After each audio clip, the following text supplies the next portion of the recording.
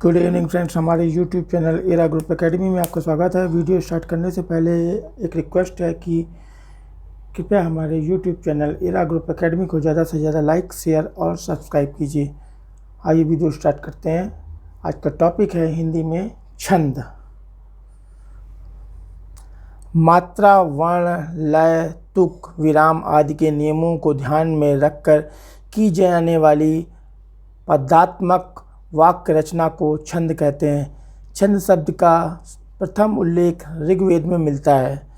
यदि गद्य का नियामक व्याकरण है तो पद्य का नियामक छंद शास्त्र है। संस्कृत में छंद शास्त्र के प्रवर्तक महर्षि पिंगल माने गए हैं, अतः छंद शास्त्र को पिंगल शास्त्र भी कहते हैं। सामान्य तौर पर छंद के दो भेद होते हैं, मात्रिक और वार्णिक। जो छंद मात्रा की गणना के अनुसार चलते हैं उन्हें मात्रिक छंद तथा जो वर्णों की व्यवस्था के आधार पर चलते हैं उनको वार्णिक छंद कहते हैं। देखिए छंद के अंग। छंद के अंग होते हैं, पहला है वर्ण। वर्ण दो प्रकार की होते हैं, ह्रस्व वर्ण और दीर्घ वर्ण।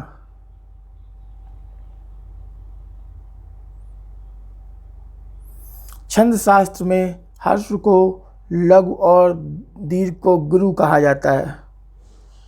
छंद की गणना के क्रम में लघु वर्ण को एक मात्रा और गुरु वर्ण को दो मात्रा माना और गिना जाता है। ह्रस्व स्वरों और उनके मेल से बने व्यंजनों में एक मात्रा होती है, जबकि दीर्घ स्वरों और उनके मेल से बने व्यंजनों में दो मात्राएं मानी जाती हैं। अनुस्वार तथा विसर्ग से युक्त ह्रस्व वर्ण भी दीर्घ माने जाते हैं। संयुक्ताक्षर के पहले यदि कोई ह्रस्व वर्ण हो तो वह भी दीर्घ गिना जाता है। दूसरा है मात्रा। छंद में वर्णों की गणना करते समय जितने भी व्यंजन वर्ण होते हैं उन्हें छोड़ दिया जाता है, केवल स्वरों की गणना की जाती है। अतः केवल मात्रा केवल स्वर की ही होती है। उल्लेखनीय है कि मात्रिक छंदों की मात्रा की गणना करके ही छंद की पहचान की जाती है। लघु मात्रा का चिन्ह सिंगल वाला होता है तथा दीर्घ मात्रा या गुरु मात्रा का चिन्ह ये होता है। देखिए ये दीर्घ मात्रा का चिन्ह, ये लघु मात्रा का चिन्ह।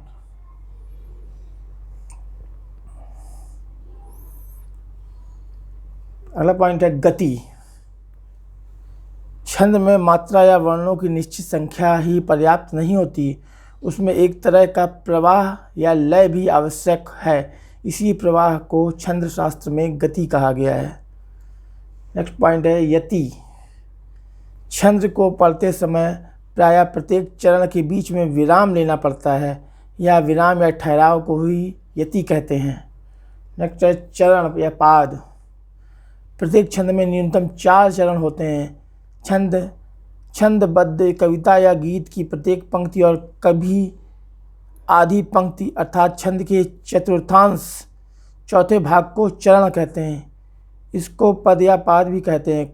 कुछ ऐसे भी छंद हैं जिनमें होते तो 4 चरण हैं किंतु उन्हें 2 ही पंक्तियों में लिखा जाता है, जैसे दोहा एवं सोरठा। नेक्स्ट है तुक। चरण के अंत में आने वाले और सुनने में एक जैसे लगने वाले वर्णों की व्यवस्था को तुक या अनुप्रास कहते हैं, जैसे ध्यान, समान, हमारे, किनारे आदि। जिन छंदों के चरणों के अंत्याक्षर समान होते हैं उनको अंत्यानुप्रास या तुकांत छंद कहते हैं। जिन छंदों के चरणों के अंत्याक्षर असमान होते हैं उनको अतुकांत छंद कहते हैं। नेक्स्ट है गण। 3 वर्णों के समूह को गण कहते हैं। वार्णिक छंदों की पहचान इसी आधार पर होती है। अब देखिए छंद के भेद। छंद के भेद आप मात्रिक छंद इसके 3 भेद होते हैं। छंद वैसे होते हैं मात्रिक छंद, दूसरा है वार्णिक छंद। मात्रिक छंद के 3 भेद होते हैं, मात्रिक सम, मात्रिक अर्धसम, मात्रिक विषम।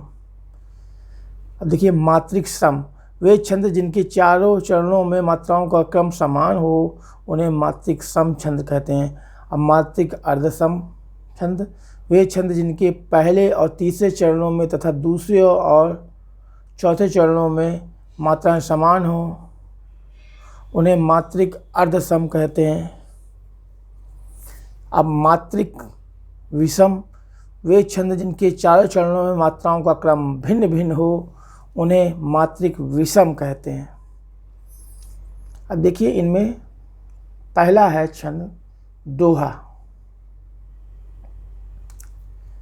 यह एक अर्ध सम मात्रिक छंद है। दोहा जो होता है एक अर्ध सम मात्रिक छंद है। इसके पहले और तीसरे चरण में 13-13 मात्राएं, पहले और तीसरे चरण में 13-13 मात्राएं और दूसरे और चौथे चरण में 11-11 मात्राएं होती हैं।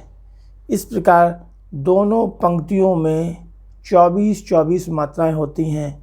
इसमें यति चरण के अंत में होती है। सम चरण अर्थात दूसरे और चौथे चरण तुकांत होते हैं। विषम चरणों में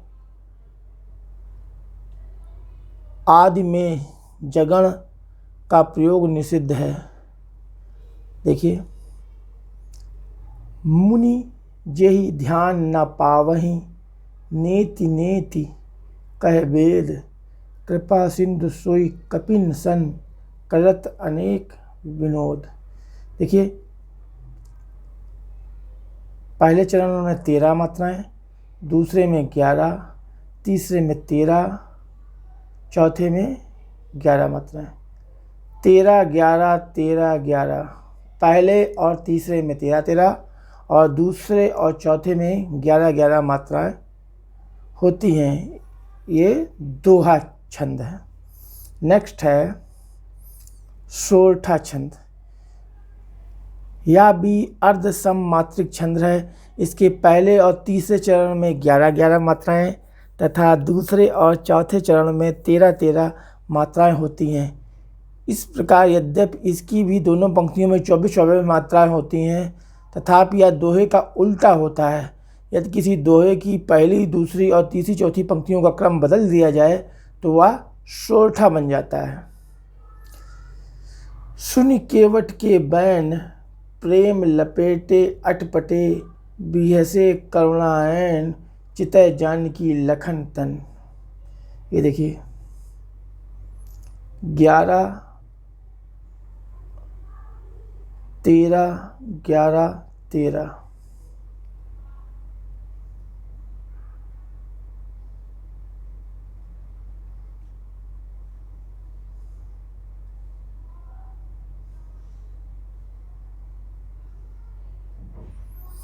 सोरठा में दूसरे और तीसरे चरण में, पहले और तीसरे चरण में 11-11, दूसरे और चौथे चरण में 13-13 मात्राएं होती हैं। नेक्स्ट है चौपाई। यह एक सम मात्रिक छंद है जिसमें प्रत्येक चरण में 16 मात्राएं होती हैं। प्रत्येक चरण के अंत में 2 गुरु का होना श्रेष्ठ प्रयोग माना जाता है। चरण के अंत में जगण और तगण का प्रयोग वर्जित है। इसमें पहले चरण का तुक दूसरे से और तीसरे का चौथे से मिलता है। प्रत्येक चरण के अंत में ही यति होती है, कहीं बीच में नहीं। उदाहरण देखिए, बंदौ गुरुपद पदुम परागा, सुरुच सुवास सरस अनुरागा, अमीय मूरिमय चूरन चारु, समन सकल भव रुज परिवारु। देखिए, इसके प्रत्येक चरण में 16 16 16 16, पहला, दूसरा, तीसरा, चौथा 16 मात्राएं और अंत में प्रत्येक चरण के अंत में 2 गुरु होते हैं। देखिए, पहले चरण के अंत में 2 गुरु, दूसरे चरण के अंत में 2 गुरु, तीसरे चरण के अंत में 2 गुरु, चौथे चरण के अंत में 2 गुरु।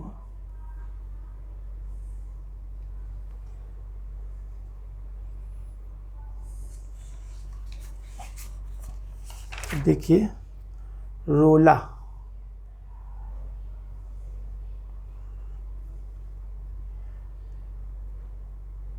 नेक्स्ट है रोला।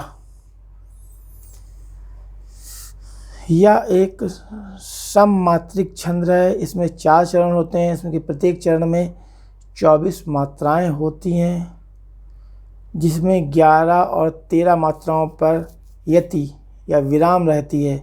इसके 2-2 चरणों में तुक आवश्यक है।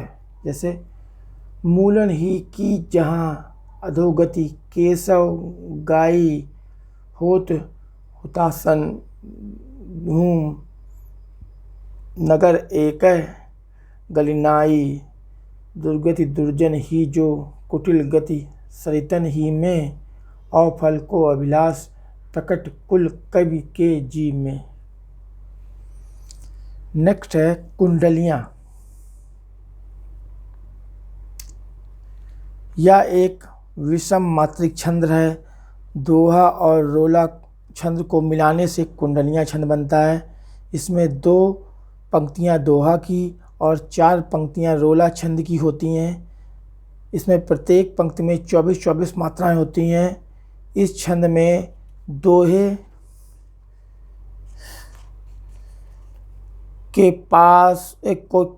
के कुछ शब्द रोला के आरंभ में दोहराए जाते हैं और इसका आरंभिक शब्द रोला के अंत में आता है। इसमें चौथे चरण को 5वें चरण में यथावत दोहराया जाता है। इसके 5वें चरण में प्रायः कवि का नाम रहता है। देखिए कुंडलियाँ देखिए।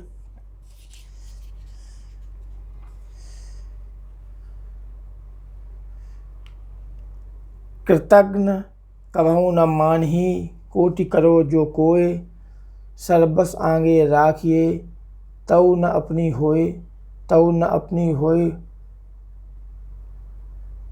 भले की भली न माने, काम कार चुप रहे, फेरिती नहीं पहचाने, कह गिरधर कविराय, रहत नित ही निर्भय मन, मित्र शत्रु ना एक दाम की लालच कृतघ्न। ये देखिए कवि का नाम दिया हुआ है 5वें चरण में। नेक्स्ट है हरिगीतिका। यह एक सममात्रिक छंद है। इसमें प्रत्येक चरण में 28 मात्राएं होती हैं, जिसमें 16 और 12 मात्राओं पर यति या विराम रहती है। चरण के अंत में लघु गुरु का प्रयोग ही प्रचलित है। अन्याय सहकर बैठ रहना यह महादुष्कर्म है, न्यायार्थ अपने बंधु को भी दंड देना धर्म है।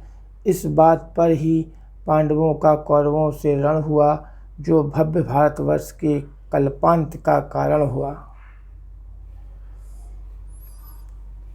इसके बाद आता है बरवह। यह एक अर्ध सममात्रिक छंद है। इसके प्रत्येक विषम चरण यानी पहले और तीसरे चरणों में 12-12 मात्राएं और प्रत्येक सम चरण यानी दूसरे और चौथे चरणों में 7-7 मात्राएं होती हैं। सम चरणों के अंत में जगण या तगण रहने से इसकी सुंदरता बढ़ जाती है। अवधि शिला का उस पार था गुरुभार, तिल तिल काट रही थी द्रग जलधार।